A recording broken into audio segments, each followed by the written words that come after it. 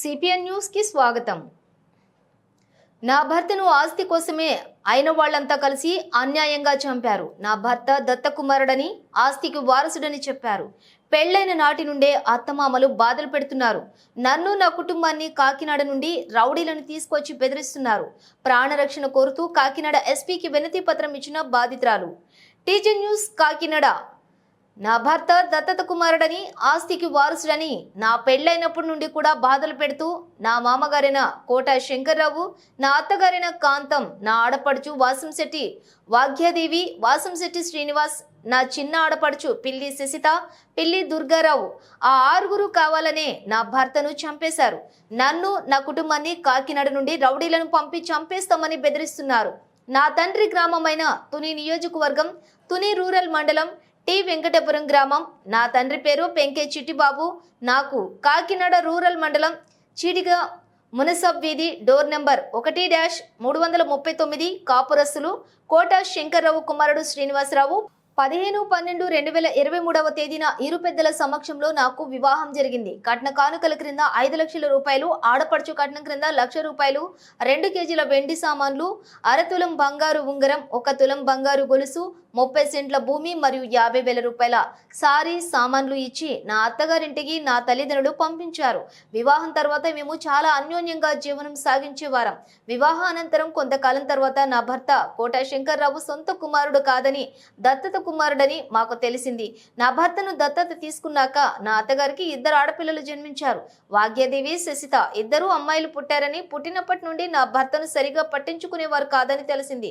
నా వివాహమైన 6 నెలల తర్వాత ఈ కట్నం చాలదని, మాకు భూములు, ఆస్తులు, ఇళ్ల స్థలాలు, ఇళ్లు ఉన్నాయని, అక్కడ ఉన్న 30 సెంట్ల భూమి కూడా అమ్మేసి తీసుకురావాలని అనేక సార్లు నా అత్తమామ, ఆడపడుచులు మరియు వారి యొక్క భర్తలు నా మీదకి గొడవకి దిగేవారు. ఈలోగా ఆషాఢ మాసం రావడంతో నా తల్లిదండ్రులు మా గ్రామం టి వెంకటపురం తీసుకుని వెళ్లారు. తీసుకుని వెళ్ళినప్పటి నుండి నా భర్తను నాతో మాట్లాడనివ్వకుండా, నన్ను అక్కడకు తీసుకెళ్లనివ్వకుండా చేసి, నా తండ్రి ఇచ్చినటువంటి 30 సెంట్ల భూమి అమ్మి ఇస్తేనే మేము తీసుకెళ్తామని నా మామగారైన కోట శంకర్రావు, నా అత్తగారైన కాంతం, నా ఆడపడుచుగా వాసంశెట్టి వాగ్యదేవి, వాసంశెట్టి శ్రీనివాస్, నా చిన్న ఆడపడుచు పిల్లి శశిత, పిల్లి దుర్గారావు, ఈ 6గురు నా భర్తను దత్తత తీసుకున్నారని, ఈ ఆస్తి అంతా కూడా నా భర్తకే ఇవ్వాలని కక్ష పెట్టుకుని నన్ను, నా భర్తను కలవకుండా చేసి ఆషాఢ మాసం తర్వాత నన్ను కాపురానికి తీసుకువెళ్లకుండా 28/10/2024 తేదీన ప్లీడర్ నోటీస్ ఇవ్వడం జరిగింది. అయితే దానికి మేము తుని రూరల్ పోలీస్ స్టేషన్లో 11/11/2024 తేదీన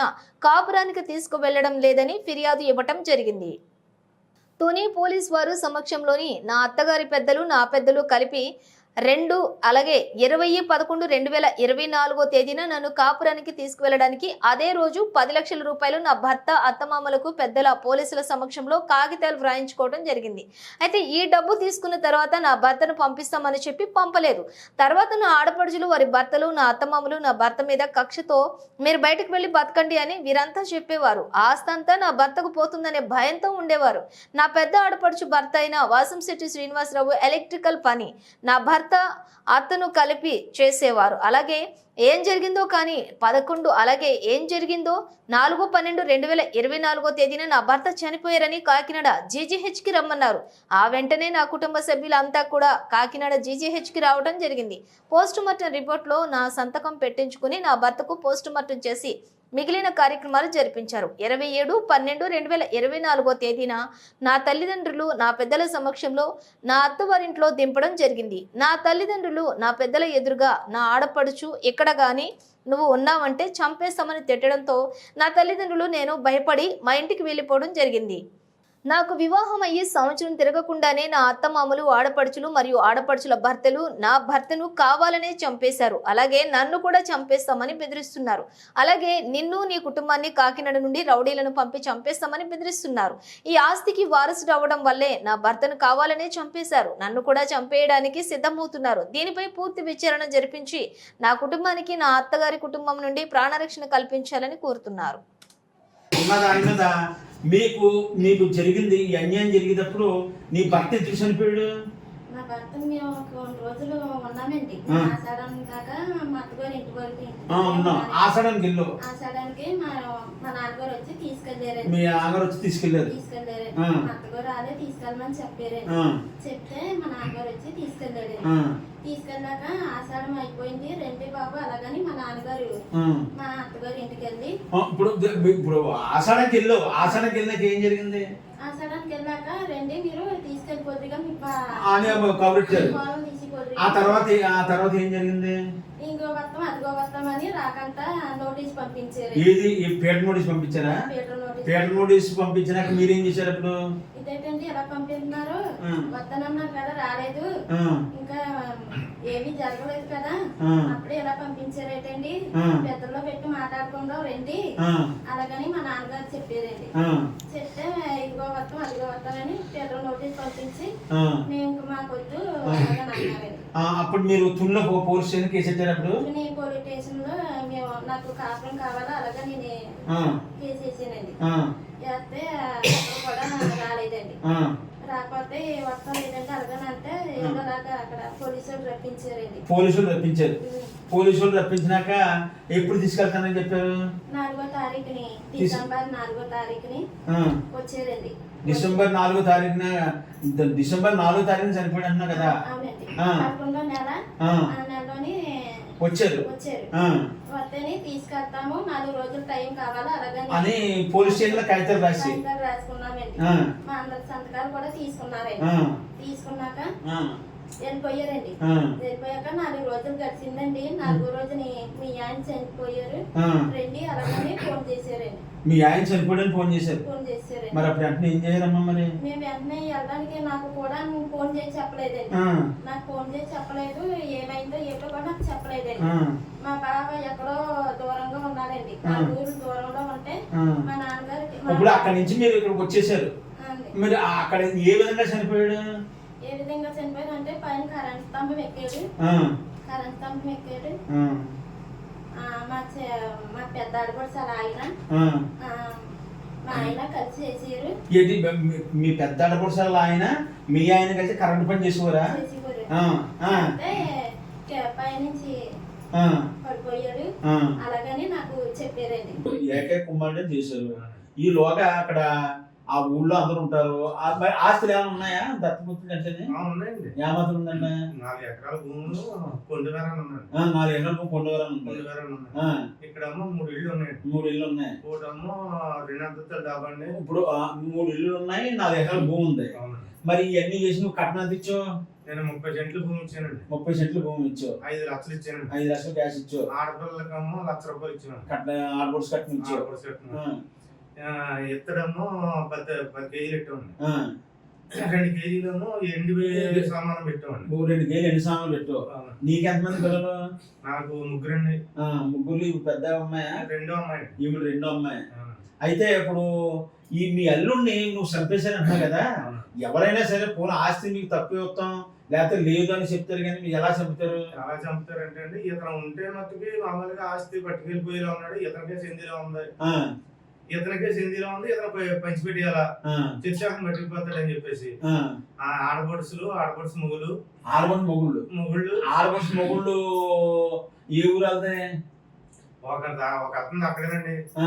ఇప్పుడు అలాగే ఆడపడుచు మొగుళ్ళు ఆడపడుచులు మీ వీళ్ళ అత్తగారు మామగారు అందరు కలిపి చేశారంటారా? మొత్తం కలిపి అంత అగత్యానికి ఎలా పాల్పడతారండి? ఏముందండి ఏదో కుట్ర పన్నారండి. కుట్ర పన్ని ఇలా చేశారండి. ఇంకా న్యాయం ఇప్పుడు అలాగేదండి. ఇప్పుడు 4వ తారీఖున చనిపోయాడు. 4వ తారీఖున చనిపోయేదాకా మన కూతురు చిన్నదినానికి ఎంత కేకలేనప్పుడు అందరు పెద్దల మాలటూళ్ళు అందరూ కేకేసి ఇలా మాకు అన్యం జరిగిందని అన్నారు కదా? ఏదండి కేకేస్తారు చెప్తారు అనుకున్నాం. ఆ యాప్ చెప్పలేదని చనిపోయినాడు ఏదో చేసారు. ఎవరికో దూరంగా ఉన్న వాళ్ళకి తెలుసుకుని వెళ్ళాం. అయితే 3వ రోజు చేస్తారు అనుకున్నాం. 3వ రోజు కుదరలేదు అనుకున్నాం. 5వ రోజు పెడతారు అనుకున్నాం. 4వ రోజు మా తెలకంటే 4వ రోజు పెట్టారు. అంటే మీ భార్య తెలకుండా మొగుడు అంటే పెళ్లి చేయలేదా నువ్వు? పెళ్లి ఎందుకు చేయలేదండి బాబు? పెళ్లి చేసామండి. పెళ్లి చేసి అన్ని కట్నాలు పెట్టి అన్ని బతికేరం కదని చేసాం. కానీ చేయలేదు పెట్టామండి. అయితే ఇప్పుడు వీళ్ళు కావాలని చంపేశారు. కావాలనే చేశారండి. కావాలనే చంపేశారు. ఈ రోజు తుని నియోజకవర్గం నుంచి టి వెంకటాపురం గ్రామం నుంచి పెంకే ఏ పేరండి మీ పేరు? పెంకే సిట్టిబాబు మా ఆఫీస్ రావడం జరిగిందండి. వీళ్ళ అమ్మాయి ఈ అమ్మాయి లోవ కుమార్ ఏంటంటే కాకినాడకు చెందిన చీడిగా ఏరియాకి మున్సిపల్ ఏరియాకి చెందిన కోట శ్రీనివాసరావు తోటి గత డిసెంబర్ సంవత్సరం అవ్వకుండానే సంవత్సరం కింద పెళ్లి చేయడం జరిగిందట. పెళ్లి చేసిన కాడి నుంచి వీళ్ళకి తెలిసింది ఏంటంటే ఈ అబ్బాయి దత్తపుత్రుడు. వాళ్ళకి ఈ అబ్బాయిని పెంచుకున్నాక పెంకే కోట శ్రీనివాసుని పెంచుకున్నాక మరి ఆ తల్లిదండ్రులకు ఒక 2 ఆడపిల్లలు పుట్టడం, ఇతను కొద్ది ఆస్తి ఉండడం, 4 ఎకరాల భూమి కొండారులో ఉండడం, ఓ 3 ఇల్లులు ఏమో ఇంద్రపాలెంలో ఉండడం, ఈ ఆస్తి 2 ఆడపిల్లలకి చెందేలా ఉండాలని ఒక కపట ప్రేమతోటి పెళ్లి చేశారండి. పెళ్లి చేయకపోతే అలా ఉదయం నలుగురు తిడతారని పెళ్లి చేసి కావాలని మొత్తం 2 బామ్మద్దులు, 2 ఆడపడుచులు, అత్తగారు మాంగారు ఈ ఆస్తి ఎక్కడైతే బయట పోతుందో తన కడుపును పుట్టినోడికే ఆస్తి చెందాలని వాళ్ళు మొత్తం అత్తగారు మాంగారు అల్లుళ్ళు కూతుళ్ళు ఏకమై నా అల్లుడిని చంపేశారండి. మా అల్లుడు పెద్ద బామ్మద్ది ఇద్దరు కలిపి కరెంటు పని చేస్తారు. మా పెద్ద బామ్మద్ది మా అల్లుడు కరెంట్ తమ్ము ఎక్కినాక కరెంట్ ఇట్టి చంపేశారు. ఆ విధంగా చేసి చంపేశారు. కనీసం నా అల్లుడు చనిపోనాక నా కూతుర్ని పక్కన కూడా నిలబడలేదు. చిన్నదినం కేకేయలేదు, పెద్ద కార్యాన్ని కేకేయలేదు. కనీసం నెల అయింది ఏం చేద్దామని కూడా సభ్య సమాజంలో భర్త చనిపోతే భార్యకి హక్కు ఉంటుంది. ఏమంటే భార్యకి ఆ హక్కులు లేకుండా సభ్య సమాజంలో ఈ విధంగా జరుగుతుందంటే ఏ విధంగా చెప్పాలి బయటికి? ఈ విధమైన టార్చర్ పెట్టి ఈ కుటుంబాన్ని అమ్మాయిని చాలా చిత్రహింసలకు గురి చేశారని ఈ రోజు తల్లి తండ్రి పాప తండ్రి కూడా ఆవేదన చెందారు. కాబట్టి ఖచ్చితంగా ఈ కుటుంబానికి మేము ఎన్నిదనిగా నిలబడి న్యాయం జరిగే వరకు పోరాటం చేస్తామని మీడియా ద్వారా తెలియజేస్తున్నానండి. నా పేరు పెద్దించేటి వెంకటేశ్వరరావు సార్.